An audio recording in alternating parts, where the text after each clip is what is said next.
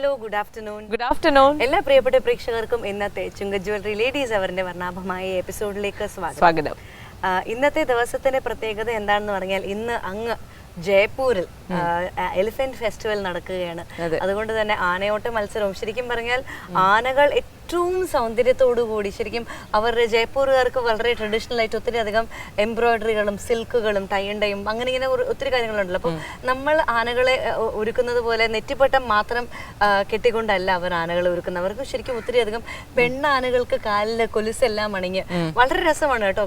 കാലിങ്ങനെ കിലുക്കി കിലുക്കി നടന്നു വരുന്ന ഭാരതീയ സംസ്കാരം എന്ന് പറയുന്നത് തന്നെ ഒരുപാട് ഇത്തരത്തിലുള്ള ഒരുപാട് പ്രത്യേകതകളും ഭംഗിയും സൗന്ദര്യവും ഒക്കെ ഉള്ളത് തന്നെയാണ്. അപ്പൊ ഓരോ നാടിനും അതിൻ്റെതായ സംസ്കാരമുണ്ട്. അത്തരത്തിൽ ജയ്പൂരിന്റെ ഒരു സംസ്കാരം വിളിച്ചോതുന്ന അല്ലെങ്കിൽ ജയ്പൂരുകാർ വളരെ വിശിഷ്ടമെന്ന് കണക്കാക്കപ്പെടുന്ന ഒരു ഉത്സവമാണ് ജയ്പൂർ എലിഫന്റ് ഫെസ്റ്റിവൽ അഥവാ ആനകളുടെ ഉത്സവം എന്നറിയപ്പെടുന്നത്. അപ്പോൾ ഈ ഒരു ദിവസം ജയ്പൂരിൽ ഇങ്ങനെ ഓരോ വർഷവും മാർച്ചിലെ ഏതെങ്കിലും ഒരു ദിവസമായിട്ടാണ് ഇത് നടത്തുന്നത്. ഇന്നേ ദിവസമാണ് ജയ്പൂരിൽ ഈ വർഷത്തെ ജയ്പൂർ എലിഫന്റ് ഫെസ്റ്റിവൽ നടക്കുന്നത്. അപ്പോൾ ഏതായാലും വിശേഷങ്ങൾ നമുക്ക് ഓരോന്നോരോന്നായിട്ട് പറയാനുണ്ട്. ആദ്യ സെഗ്മെന്റിന് ശേഷം മടങ്ങി വരാം.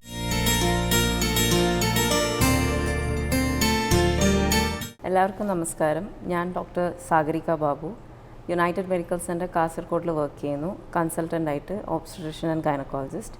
ഇത് doctor Veena Manjunath, United Medical സെൻറ്ററിൽ തന്നെ സീനിയർ കൺസൾട്ടൻ്റായിട്ടുള്ള ഡോക്ടറാണ്, ഓബ്സ്ട്രിഷ്യൻ ആൻഡ് ഗൈനക്കോളജിസ്റ്റ്. ഞങ്ങൾ ഇന്നിവിടെ സംസാരിക്കാൻ പോകുന്നത് ആൻറ്റിനേറ്റൽ കെയറിനെ കുറിച്ചാണ്. അതായത് ഗർഭ ടൈമിലുള്ള ശുശ്രൂഷകളെക്കുറിച്ചും കാര്യങ്ങളെക്കുറിച്ചും പറയാനാണ് പോകുന്നത്. അപ്പോൾ നമ്മളൊരു പേഷ്യൻറ്റ് ഗർഭിണിയെന്ന് അറിഞ്ഞാൽ അവൾ എന്നാ ഡോക്ടറെ അപ്രോച്ച് ചെയ്യണം എന്നുള്ള കാര്യമാണ്.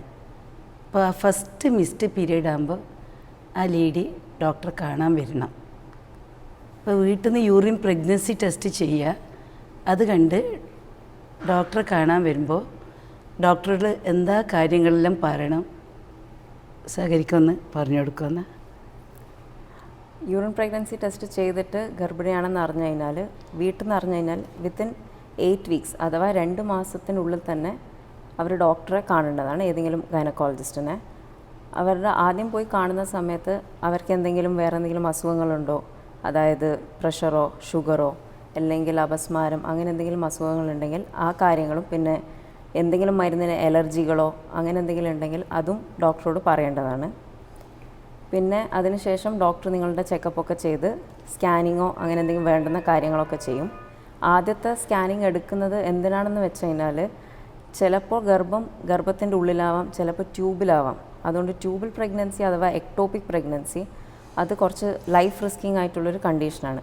അപ്പോൾ അത് എത്രയും പെട്ടെന്ന് പിക്കപ്പ് ചെയ്ത് കഴിഞ്ഞാൽ അത്രയും നല്ലതാണ് പേഷ്യൻറ്റിൻ്റെ കാര്യം ആലോചിക്കുകയാണ്. അതുകൊണ്ടാണ് ആദ്യത്തെ ഫസ്റ്റ് ട്രൈമസ്റ്ററിൽ പറയുന്നവരുടെ സ്കാനിങ് എടുപ്പിക്കുന്നത്. പിന്നെ അതുപോലെ തന്നെ ട്വിൻസ് ആണോ അതോ ഒരൊറ്റ കുഞ്ഞാണോ ഉള്ളതെന്ന് അറിയാൻ വേണ്ടിയിട്ടുള്ളതും നോക്കാൻ വേണ്ടിയിട്ടാണ് ആദ്യത്തെ ടൈമിൽ സ്കാനിങ് എടുക്കുന്നത്. പിന്നെ ഗർഭം ആസ് സച്ച് 3 ഇതിലാണ് നമ്മൾ നോക്കുന്നത്: first trimester, second trimester and third trimester. First trimester എന്ന് പറയുന്നത് ആദ്യത്തെ 3 മാസം, സെക്കൻഡ് ട്രൈമസ്റ്റർ എന്ന് പറയുന്നത് നടുവിലെ 3 മാസം, തേർഡ് ട്രൈമസ്റ്റർ എന്ന് പറയുന്നത് ലാസ്റ്റിലത്തെ 3 മാസ കാലാവധിയാണ്. പിന്നെ ഫസ്റ്റ് ട്രൈമസ്റ്ററിൽ നമ്മൾ ചെക്കപ്പിന് വരുമ്പോൾ മിക്ക ആളുകൾക്കും ഒരു ഡൗട്ട് ഉണ്ടാകും, എന്തൊക്കെ ഭക്ഷണം കഴിക്കണം, ഭക്ഷണ രീതി മാറ്റണോ, എക്സസൈസ് പറ്റുമോ, ജോലിക്ക് പോകാൻ പറ്റുമോ, യാത്ര ചെയ്യാൻ പറ്റുമോ, അങ്ങനെ പല രീതിയിലുള്ള ഡൗട്ടുകളും ഉണ്ടാകും. അപ്പം ഡയറ്റിനെ കുറിച്ച് പറയാനാണെങ്കിൽ ഡയറ്റിനെ കുറിച്ച് എങ്ങനെയാണ്? ഡയറ്റിനെ കുറിച്ച് ഇപ്പോൾ പേഷ്യൻസ് ആദ്യം നമ്മുടെ അടുത്ത് വന്നപ്പോൾ യൂഷ്വലി അവർ നമ്മളോട് ചോദിക്കുക, ഡോക്ടർ എന്തെല്ലാം കഴിക്കാൻ പറ്റുന്നത്. അപ്പോൾ നമ്മൾ അവരുടെ എല്ലാം കഴിക്കുക, റുട്ടീനായിട്ട് അവരെന്ത് കഴിക്കുന്നുണ്ട് അതെല്ലാം കഴിക്കുക. ആദ്യത്തെ 3 മാസം നല്ലോണം ഛർദി അങ്ങനെയെല്ലാം ഉണ്ടാവും. അപ്പോൾ അവർക്ക് പറ്റുന്ന കഴിക്കുക, അല്ലെങ്കിൽ അവർക്ക് ഒന്നും ന്യൂട്രീഷൻ ഉണ്ടാവില്ല. അപ്പോൾ ഫസ്റ്റ് നമ്മൾ വന്നപ്പോൾ ഫോലിക് ആസിഡ് എന്ന് പറഞ്ഞിട്ടൊരു ടാബ്ലറ്റ് കൊടുക്കാറുണ്ട്. അപ്പോൾ അത് എന്തിനാണ് കൊടുക്കുന്നതെന്ന് സഹകരിക്കുമെന്ന്. ഫോളിക് ആസിഡാണ് ആദ്യത്തെ 3 മാസം എല്ലാ ഗർഭിണികൾക്കും പ്രിസ്ക്രൈബ് ചെയ്ത് കൊടുക്കുന്നത്. ഫോളിക് ആസിഡ് എന്ന് വെച്ചാൽ ന്യൂറൽ ട്യൂബ് ഡിഫക്ട്സ് അഥവാ ബ്രെയിൻ സ്പൈനൽ അല്ലെങ്കിൽ സ്പൈനൽ കോഡിൽ വരാൻ പോകുന്ന ഡിഫക്ട്സിനെ ഒഴിവാക്കാൻ വേണ്ടിയിട്ടുള്ളതാണ് ഫോളിക് ആസിഡ്. അത് പ്രീ കൺസെപ്ഷണൽ, അതായത് ഒരു കപ്പിൾ ഗർഭിണി ആവാൻ വേണ്ടി ആലോചിക്കുന്ന സമയം മുതലേ കഴിച്ചു തുടങ്ങാം. ഗർഭിണി ആവണമെന്ന് നിർബന്ധമില്ല, അതിന് മുമ്പേ പ്ലാൻ ചെയ്യുന്ന സമയം മുതലേ കഴിച്ചു തുടങ്ങുന്ന ടാബ്ലറ്റാണ് ഫോളിക് ആസിഡ്. അത് കഴിക്കുകയാണെങ്കിൽ ഈ ന്യൂറൽ ട്യൂബ് ഡിഫക്ട്സ് അത്രയും ശതമാനം കുറച്ച് കിട്ടാൻ പറ്റും. അതിനാണ് ഈ ഫോളിക് ആസിഡ് കൊടുക്കുന്നത്. പിന്നെ ചിലവർ ചോദിക്കും ഫോളിക് ആസിഡ് ഭക്ഷണത്തിലൂടെ കഴിച്ചുകൂടെ? പക്ഷേ എന്തായാലും എല്ലാ ഭക്ഷണത്തിൽ നിന്നും നിങ്ങൾക്ക് ആ ഫോളിക് ആസിഡ് കിട്ടുന്നുണ്ടോ ഇല്ലയോ എന്ന് ഉറപ്പ് വരുത്താൻ പറ്റില്ല. പിന്നെ ഇന്ത്യയിൽ എല്ലാവരും നല്ല പോഷകാഹാരം കഴിക്കുന്നു എന്ന് പറയാൻ പറ്റത്തില്ല. അതുകൊണ്ട് ഫോളിക് ആസിഡ് സപ്ലിമെൻറ്റേഷൻ എടുക്കുന്നതാണ് എന്തുകൊണ്ടും നല്ലത്. അതിനു വേണ്ടിയാണ് ഈ ഫോളിക് ആസിഡ് കൊടുക്കുന്നത്. പിന്നെ സെക്കൻഡ് ട്രൈമസ്റ്ററിലേക്ക് വരുമ്പോൾ അയൺ കാൽഷ്യം ടാബ്ലറ്റ്സ് സപ്ലിമെൻറ്റേഷൻ കൊടുക്കും. അപ്പോൾ എല്ലാവരും ചോദിക്കും ഇതുപോലെ തന്നെ അയൺ ടാബ്ലറ്റ്സ് കഴിക്കണോ? കാരണം അയൺ കഴിക്കുമ്പം ഭയങ്കരമായിട്ട് മെറ്റാലിക് ടേസ്റ്റ് ഉണ്ടാവും, ഛർദി ഉണ്ടാവും, ഗ്യാസ്ട്രൈറ്റിസ് ഉണ്ടാവും. അപ്പോൾ അത് കഴിക്കാനേ പറ്റുന്നില്ല ഡോക്ടർ, അത് കഴിക്കണോ അതോ ഭക്ഷണം കൊണ്ട് മാത്രം അത് നികത്തിയാൽ മതിയോ എന്ന്. അപ്പോൾ അതിനെക്കുറിച്ച് എന്താണ് മാഡത്തിൻ്റെ അഭിപ്രായം?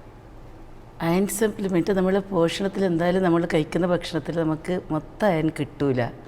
പിന്നെ അയൺ എന്താ വെച്ചാൽ ഇവർ പറയുക നമുക്കൊരു 10.9 വരെ ഹീമോഗ്ലോബിൻ വേണമെന്ന്. അപ്പോൾ നമ്മുടെ ഭക്ഷണത്തിൽ അത് കിട്ടിയിട്ടില്ലെങ്കിൽ നമ്മൾ പ്രഗ്നൻസിയിൽ എന്തെങ്കിലും ബ്ലഡ് ലോസ് ഉണ്ടായാലോ അല്ല ഡെലിവറി കഴിഞ്ഞാൽ കുറച്ച് ബ്ലഡ് ലോസ് ഉണ്ടായാലോ അത് നമുക്ക് മെയിൻറ്റെയിൻ ചെയ്യാനാണ് നമ്മൾ ഈ അയൺ ടാബ്ലറ്റ്സ് കൊടുക്കുന്നത്. പിന്നെ ഒരെണ്ണം കൊടുക്കുന്നത് കാൽഷ്യം ടാബ്ലറ്റ്. അതൊരു 1000 മില്ലിഗ്രാം ഒരു പ്രഗ്നൻറ്റ് ലേഡിക്ക് വേണമെന്ന കണക്ക്. അത് വെച്ചാൽ ബേബിയുടെ എല്ലുകൾ വളരാൻ. അപ്പോൾ അമ്മയുടെ സ്റ്റോറിൽ നിന്ന് അത് ബേബി എടുക്കുമ്പോൾ അമ്മക്ക് ഓസ്റ്റിയോപോറോസിസ് അങ്ങനെ അമ്മക്ക് നടുവേദന അങ്ങനെയെല്ലാം കൂടുതലുണ്ടാവും ഈ സപ്ലിമെൻറ്റ് ഇല്ലെങ്കിൽ. ഏതെല്ലാം ഭക്ഷണം ഈ അയൺ ഈ നമ്മൾ കൊടുക്കുന്നതിന് അതല്ലാതെ ഏതേത് ഭക്ഷണത്തിലാണ് ഈ അയനും കാൽഷ്യവും കിട്ടുന്ന എന്ന് കുറച്ച് നല്ല നല്ല ഭക്ഷണം കഴിക്കണം. അത് ഏതെല്ലാമെന്ന് വെച്ചാൽ അയൺ കിട്ടുന്നത് ഒന്ന് നമ്മൾ പറയാൻ പോലെ ഗ്രീൻ ലീഫി വെജിറ്റബിൾസ് അതിലുണ്ട്. പിന്നെ റാഗി അഥവാ മുത്താറി അതിലും കൂടുതലാണ്. അതിൻ്റെ കൂടെ ജാഗറി ആഡ് ചെയ്ത് മുത്താറിയുടെ കുറേ റാഗി ബോൾസ് ഒക്കെ പറഞ്ഞിട്ടൊക്കെ ചെയ്യുന്നുണ്ട്. അതെല്ലാം കഴിക്കുന്നത് നല്ലതാണ്. പിന്നെ ഒന്ന് ശ്രദ്ധിക്കേണ്ടത് അയൺ ടാബ്ലറ്റ്സ് അഥവാ അയൺ കണ്ടൻറ്റുള്ള ഭക്ഷണം കഴിക്കുമ്പം അതിൻ്റെ കൂടെ അതേസമയം പാല് കഴിക്കരുത്. അത് കഴിക്കുമ്പം അയണിൻ്റെ അബ്സോർപ്ഷൻ കുറയും. പിന്നെ അബ്സോർപ്ഷൻ കൂട്ടാനുള്ളതാണ് വൈറ്റമിൻ സി. ഇപ്പോൾ അയണിൻ്റെ കൂടെ ഓറഞ്ചോ അല്ലെങ്കിൽ അതുപോലെയുള്ള ഗ്രേപ്പ് ഫ്രൂട്ട്സ് അങ്ങനത്തെ എന്തെങ്കിലും കണ്ടൻറ്റ് ഉള്ളത് കഴിക്കുകയാണെങ്കിൽ അയൺ അബ്സോർപ്ഷൻ കൂട്ടും. പിന്നെ ആസച്ച് ഗർഭിണികളിൽ ബ്ലഡ് വോളിയം ഇൻക്രീസ് ആവുന്നുണ്ട്. അതുകൊണ്ട് ബ്ലഡ് വോളിയം ഇൻക്രീസ് ആവുകയും പിന്നെ ബേബിക്ക് വേണ്ടുന്ന ഗ്രോത്തിന് വേണ്ടിയിട്ടെല്ലാം മെറ്റേണൽ സ്റ്റോർസിൽ നിന്നാണ് അയൺ കാൽഷ്യം ഇതെല്ലാം എടുക്കുന്നത്. അതുകൊണ്ട് മെറ്റേണൽ ഡിമാൻഡ്സ് ആണ് കൂടുന്നത്. അത് നികത്താൻ വേണ്ടിയിട്ടാണ് നമ്മൾ ഈ അയൺ കാൽഷ്യം സപ്ലിമെൻറ്റേഷൻ കൊടുക്കുന്നത് തന്നെ. അതുകൊണ്ട് അത് കറക്റ്റ് ടൈം കഴിക്കണം എന്നാണ് അഭിപ്രായം. അത് കഴിക്കാതിരുന്നു കഴിഞ്ഞാൽ ചിലപ്പോൾ ലോ ബർത്ത് വെയ്റ്റ് അല്ലെങ്കിൽ പ്രീ ടേം ലേബർ പിന്നെ ഡെലിവറി സമയത്ത് പോസ്റ്റ്പാർട്ടം ഹെമറേജ് അഥവാ കൂടുതലായി ബ്ലീഡിങ് ഉണ്ടാവാം. അപ്പോൾ അയണിൻ്റെ അളവ് അതായത് ഹീമോഗ്ലോബിൻ അതൊരു കറക്റ്റ് ഒരു 12 ഗ്രാം 13 ഗ്രാം ഒക്കെ ഉണ്ടെങ്കിൽ ചിലപ്പോൾ ആ പേഷ്യൻറ്റിന് അത് വിത്ത്സ്റ്റാൻഡ് ചെയ്യാൻ പറ്റും. ഇത് കുറയുമ്പോഴാണ് ഓൾറെഡി 9 ഗ്രാം 8 ഗ്രാം അങ്ങനെയൊക്കെ ഉണ്ടാകുമ്പം അതിൻ്റെ കൂടെ ബ്ലീഡിങ്ങും ബ്ലഡ് ലോസും ഉണ്ടായിക്കഴിഞ്ഞാൽ പേഷ്യൻറ്റിൻ്റെ കണ്ടീഷൻ വേഗം ഡിറ്റീരിയോറേറ്റ് ചെയ്യും. അപ്പോൾ ഇതെല്ലാം കൊണ്ടാണ് ഈ അയൺ കാൽഷ്യം സപ്ലിമെൻറ്റേഷനും ഇതൊക്കെ ഞങ്ങൾ ഗർഭ ടൈമിന് എല്ലാ പ്രഗ്നൻറ്റ് ലേഡീസിനും കൊടുക്കുന്നത്. പിന്നെയുള്ള ഡൗട്ട് ജനറലായിട്ട് ഡയറ്റിനെ പറ്റി പറയുകയാണെങ്കിൽ ഫ്രോസൺ ഫുഡ് ബേക്കറി ഐറ്റംസ് അതൊക്കെ കഴിയുന്നതും ഒഴിവാക്കുക. പിന്നെ നമ്മുടെ സാധാരണ രീതിയിലുള്ള സാധാരണ ഭക്ഷണ രീതികളും അതാണ് കറക്റ്റായിട്ട് കഴിക്കേണ്ടത്. കഴിയുന്നത്ര ഈ പാക്കേജ് ഫുഡ്സ് അതെല്ലാം ഒഴിവാക്കുക. മൈദ പിന്നെ ഹൈ ഫാറ്റ് കണ്ടൻറ്റും കൊളസ്ട്രോളും അതൊക്കെയുള്ള ഭക്ഷണങ്ങളെല്ലാം ഒഴിവാക്കുക. ഷുഗർ കഴിക്കാം, പക്ഷെ അതും ഒരു റെസ്ട്രിക്റ്റഡ് ക്വാണ്ടിറ്റി വെച്ചിട്ട് കഴിക്കാവുന്നതാണ്. ടീ കോഫിയുടെ കാര്യം പറയുകയാണെങ്കിൽ ഒരു 2 cups per day. കാരണം കെഫീൻ കണ്ടൻറ്റ് കൂടുന്നത് ഗർഭിണികൾക്ക് അത്ര നല്ലൊരു കാര്യമല്ല. അതുകൊണ്ട് അതും കുറച്ച് മനസ്സിൽ വയ്ക്കാം. പിന്നെ വെള്ളം കുടിക്കുന്ന കാര്യം ചിലവർ പറയും വെള്ളം കുടിക്കരുത്, വെള്ളം വയ്ക്കും കൂടുതലായിട്ട് കാലിൽ നീര് കയറും അങ്ങനെയൊക്കെ. വെള്ളം കുടിച്ചത് കൊണ്ട് അങ്ങനെയൊന്നും സംഭവിക്കാൻ പോകുന്നില്ല. വെള്ളം കുടിക്കണം, ഒരു 2.5 liters per day വെള്ളം കുടിക്കണം. കാരണം ഏസിംപ്റ്റമാറ്റിക് ബാക്ടീരിയൂറിയ അതായത് മൂത്രത്തിൽ ഇൻഫെക്ഷൻ ഗർഭിണികൾക്ക് ഇടയ്ക്കിടെ വരാനുള്ള ചാൻസസ് കൂടുതലാണ്. അതുകൊണ്ട് ഇടയ്ക്കിടയ്ക്ക് വെള്ളം കുടിച്ച് മൂത്രമൊഴിക്കുകയാണെങ്കിൽ അതായിരിക്കും നല്ലത്. പിന്നെ നെക്സ്റ്റ് അവരെങ്ങനെയാണ് ഇത് വെച്ചാൽ ഇപ്പോൾ നമ്മൾ പേഷ്യൻറ്റിനോട് പറയുക ഫ്രീക്വൻ്റായിട്ട് 5 നേരമായിട്ട് ഭക്ഷണം കഴിക്കുക പറഞ്ഞാൽ ഒരു പ്രാവശ്യം നമ്മളിപ്പോൾ 3 നേരമായിട്ട് ഭക്ഷണം കഴിക്കുമ്പോൾ അവർക്ക് ഈ ഗ്യാസ്ട്രൈറ്റിസ് അതെല്ലാം കൂടുതലായിരിക്കും. അപ്പോൾ നമ്മൾ അവരോട് ഫ്രീക്വൻറ്റ് മീൽസായിട്ട് 5 നേരമായിട്ട് ഭക്ഷണം കഴിക്കാമെന്ന് പറയുന്നതായിരിക്കും നല്ലത്. ഹെവി ലോഡായിട്ട് ഭക്ഷണം എടുക്കുമ്പം ഒന്ന് എന്താണെന്ന് വെച്ചാൽ ഗർഭിണികൾക്ക് ആസച്ച് ഗ്യാസ്ട്രൈറ്റിസും ലോവർ ഈസോഫേജൽ സ്ഫിങ്ക്റ്റർ അത് കുറച്ച് റിലാക്സ്ഡ് ആയിരിക്കും. അപ്പം എന്താ തേട്ടി വരിക എന്ന് പറയുന്ന പോലെ ബാക്കോട്ടേക്ക് വരുന്നത് അത് കുറച്ച് കൂടുതലായിരിക്കും ഗർഭിണികൾ. അതുകൊണ്ട് കുറച്ച് ഇടയ്ക്കിടെയായിട്ട് കുറച്ച് ചെറിയ ചെറിയ മീൽസ് ആയിട്ട് കഴിക്കുന്നതായിരിക്കും അവർക്കും കംഫർട്ടും നല്ലതും. കാരണം ദഹനശക്തിയും കുറച്ച് കുറവായിരിക്കും. അപ്പം ദഹിക്കാനുള്ള ഭക്ഷണങ്ങളും അങ്ങനെയുള്ള ന്യൂട്രീഷ്യസ് ആയിട്ടുള്ള ഫുഡ് കഴിക്കുക എന്നതാണ് ജനറൽ ആയിട്ടുള്ള അഭിപ്രായം. പിന്നെ കോംപ്ലിക്കേറ്റഡ് പ്രഗ്നൻസിക്ക്, അതായത് ഡയബറ്റിക്കോ അല്ലെങ്കിൽ ഹൈപ്പർ ടെൻസീവ് ആണെങ്കിൽ അവരുടെ ഡോക്ടർ അതിനായിട്ടുള്ളൊരു ഡയറ്റ് പറഞ്ഞു കൊടുക്കും, അത് ഫോളോ ചെയ്യേണ്ടതാണ്. നെക്സ്റ്റ് ഇപ്പോൾ പറയുകയാണെങ്കിൽ വെയിറ്റ് ഗെയിനിനെ കുറിച്ച് പറയുകയാണെങ്കിൽ എല്ലാവരും ചോദിക്കും എത്ര തൂക്കം വയ്ക്കാം, ഞാൻ നല്ലവണ്ണം വെയിറ്റ് കൂടിയിട്ടുണ്ട്, തീരെ വെയിറ്റ് വയ്ക്കുന്നില്ല. അതിൻ്റെ കാര്യം പറയുകയാണെങ്കിൽ ജനറലായിട്ടൊരു 11 kgs വരെയാണ് ഒരു ഹെൽത്തി പ്രഗ്നൻസിയിൽ ഒരു ശരാശരി ഗർഭിണി വെക്കേണ്ടത്. അത് ഫസ്റ്റ് ട്രൈമസ്റ്ററിൽ 1 kg, സെക്കൻഡ് ട്രൈമസ്റ്റർ 5, പിന്നെ തേർഡ് ട്രൈമസ്റ്ററിൽ 5 kg ആയിട്ട്. അതുപോലെ തന്നെ തീരെ വെയിറ്റ് ഇല്ലാത്ത ഒരാളാണ്, അതായത് underweight, BMI less than 18.5, അവർക്കൊക്കെ ആണെങ്കിൽ ഒരു 12 to 18 kgs വരെ വെയിറ്റ് വെക്കുന്നതുകൊണ്ട് ബുദ്ധിമുട്ടില്ല. That will be healthy for the baby also. പക്ഷെ വേറാസ് ഒരു ഒബേസ് ലേഡിയാണ്, ഓവർ വെയ്റ്റ് ആണ്, BMI ഓൾറെഡി മോർ ദാൻ 25 ആണെങ്കിൽ അവർ കുറച്ച് റെസ്ട്രിക്റ്റഡ് ആയിട്ട് ഒരു 7 to 9 kgs വരെ ഇൻക്രീസ് ഇൻ വെയിറ്റ് ഗെയിൻ പാടുള്ളൂ. പിന്നെയുള്ള ഇപ്പോൾ നമ്മൾ അവരോട് യൂഷ്വലി നമ്മൾ എന്താ വെച്ചാൽ, എൻ്റെ അടുത്ത് വരുന്ന പേഷ്യൻ്റ് ഞാൻ എന്താ പറയുകയെന്ന് വെച്ചാൽ, നിങ്ങൾ ഫ്രൂട്ട്സ് കട്ട് ചെയ്തിട്ട് കഴിച്ചോളൂ, ഫ്രൂട്ട്സ് ജ്യൂസ് ചെയ്യേണ്ട. ജ്യൂസ് ചെയ്തിട്ടാകുമ്പോൾ അതിൽ നിങ്ങൾക്ക് ഫൈബർ കണ്ടൻറ്റും പോവും, നിങ്ങൾ വെറുതെ കുറേ കാലറീസ് ആവും, തടിയും വെക്കും. അപ്പോൾ പറഞ്ഞാൽ പ്രഗ്നൻസിക്ക് നല്ലോണം നമ്മൾ ജ്യൂസ് കുടിച്ചാൽ നല്ലത്, നല്ലോണം ബാദാം കുറേ അതെല്ലാം ഒരു മിതമായി കഴിക്കണമെന്നേ നമ്മൾ പറയുള്ളൂ. അല്ല വല്ലാതെ വെയിറ്റ് വെച്ചാൽ അത് ഡെലിവറിക്കും പ്രോബ്ലം ഉണ്ടാവും.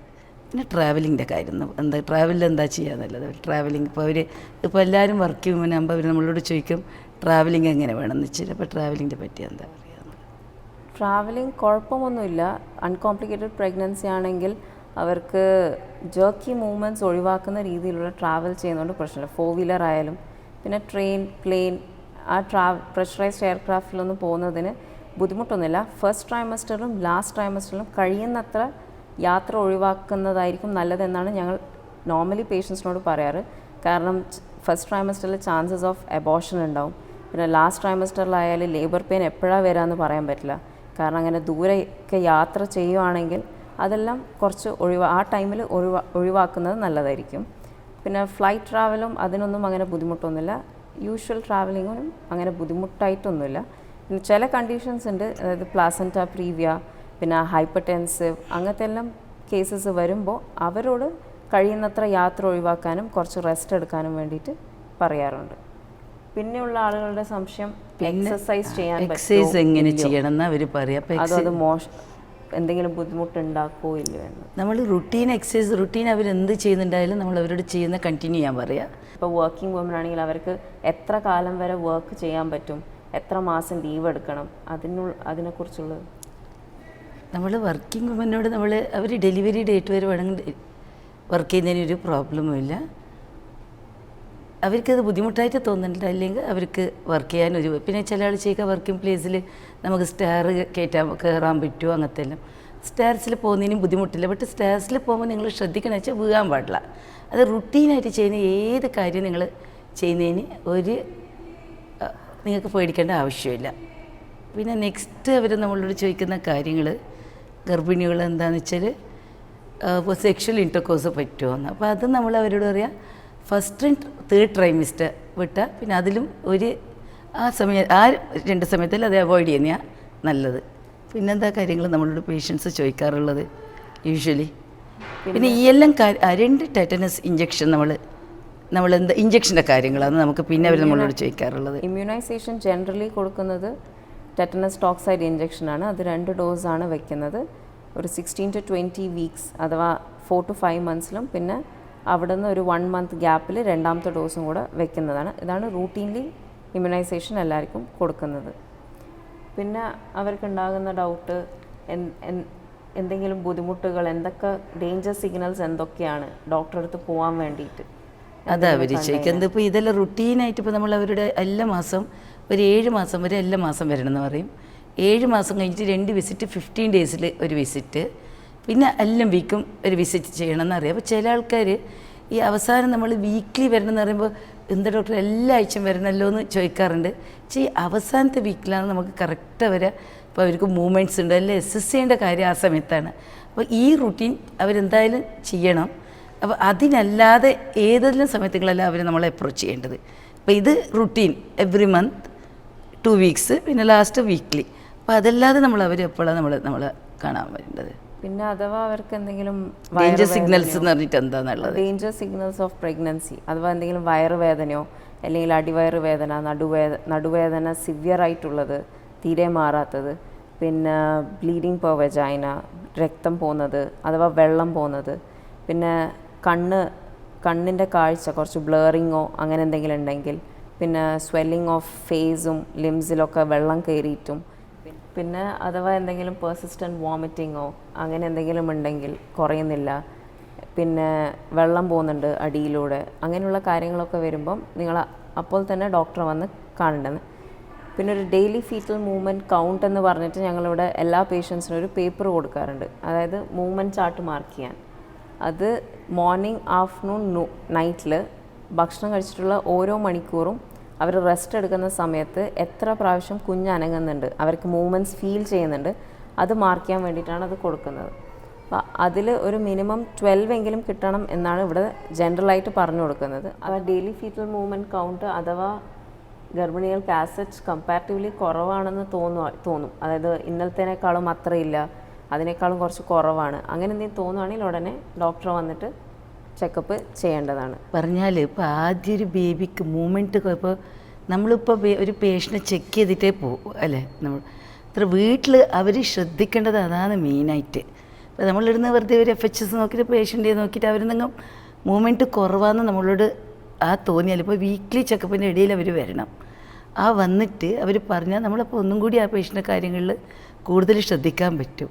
അപ്പോൾ അതുകൊണ്ട് അവരുടെ ഫീറ്റൽ മൂവ്മെൻറ്റ് എന്നുള്ള കാര്യം എന്തായാലും നമ്മളത് വല്ലാതെ സ്ട്രെസ് ചെയ്യണമെന്ന് എനിക്ക് തോന്നാറുള്ളതൊരു കാര്യം. അപ്പോൾ കുറേ പ്രാവശ്യം കുട്ടിക്കുണ്ടാകുന്ന ബുദ്ധിമുട്ടുകൾ അതുകൊണ്ട് നമുക്ക് ഒഴിവാക്കാൻ പറ്റുന്നുണ്ട്. പിന്നെ വേറെ കോമൺ എയിൽമെൻറ്റ്സ് ഇൻ പ്രഗ്നൻസി, അതായത് നടുവേദന, പിന്നെ വെരിക്കോസിറ്റീസ്, ഹെമറോയിഡ്സിൻ്റെ പ്രശ്നം, ബാക്ക് ഏക്കിൻ്റെ പ്രശ്നം, വെജൈനൽ ഡിസ്ചാർജ്, അപ്പം അതിൻ്റെ എല്ലാം കാര്യങ്ങൾ. നടുവേദന ഇപ്പോൾ നമ്മളിപ്പോൾ എന്തായാലും കാൽഷ്യം സപ്ലിമെൻറ്റ് എടുക്കുന്നതിൽ കുറച്ച് കുറയും. പിന്നെ ബാക്ക് സപ്പോർട്ട് അങ്ങനെ എന്തെങ്കിലും അതെല്ലാം ചെയ്താൽ. പിന്നെ വെരിക്കോസിറ്റി കാരണം യൂട്രസ് ഇത്ര വലുതായതുകൊണ്ട് അതിൻ്റെ പ്രഷർ കാരണമാണ് വെരിക്കോസിറ്റീസ് വരുന്നത്. അപ്പം മെയിനായിട്ടൊന്ന് റെസ്റ്റ് കൊടുക്കുക. പിന്നെ ഫുട്ട് ആൻഡ് എലിവേഷൻ കിടക്കുന്ന സമയത്ത്, പിന്നെ എലാസ്റ്റിക് സ്റ്റോക്കിങ്സ് എന്ന് പറഞ്ഞിട്ട് കിട്ടും. എലാസ്റ്റിക് സ്റ്റോക്കിങ്സും ഉപയോഗിച്ച് കഴിഞ്ഞാൽ പിന്നെ സർജിക്കൽ ഇൻ്റർവെൻഷനൊന്നും ഈ ഗർഭിണീൻ്റെ ടൈമിൽ ചെയ്യാൻ പറ്റില്ല വെരിക്കോസിറ്റീസ്. എന്താ അവർ പ്രഗ്നൻസിയിൽ ഈ എല്ലാം കാര്യങ്ങൾ വേറെ എന്തെങ്കിലും നമ്മളവരോട് എന്തെങ്കിലും അഡ്വൈസ് കൊടുക്കാറുണ്ട്? പ്രഗ്നൻസി ആസ് സച്ച് ഒരു നോർമൽ ഫിനോമിനനാണ്. അതിനെക്കുറിച്ച് ഇത്ര വേവലാതിപ്പെടേണ്ടയോ വറി ചെയ്യേണ്ട ആവശ്യമില്ല. കറക്റ്റ് ചെക്കപ്പിന് പോവുക, ഡോക്ടർ പറയുന്നത് ഫോളോ ചെയ്യുക. ഇത്രയും മാത്രം ചെയ്ത് കഴിഞ്ഞാൽ വലിയ തരത്തിലുള്ള ബുദ്ധിമുട്ടുകളോ അതൊന്നും വരാൻ ചാൻസ് ഇല്ല. പ്രഗ്നൻസിയെക്കുറിച്ചുള്ള ജനറലായിട്ടുള്ള ഡൗട്ടുകളും പിന്നെ എന്തൊക്കെ ചെയ്യണം, എങ്ങനെയൊക്കെ ചെക്കപ്പിന് പോകണം, എന്തൊക്കെ കാര്യങ്ങളാണ് ശ്രദ്ധിക്കേണ്ടതെന്നുള്ളത് നിങ്ങൾക്കെല്ലാം കുറച്ച് മനസ്സിലായി കാണുമെന്ന് വിചാരിക്കുന്നു. എല്ലാ ഡൗട്ടുകളും കുറച്ച് സോൾവ് ആയിട്ടുണ്ടെന്ന് വിചാരിക്കുന്നു.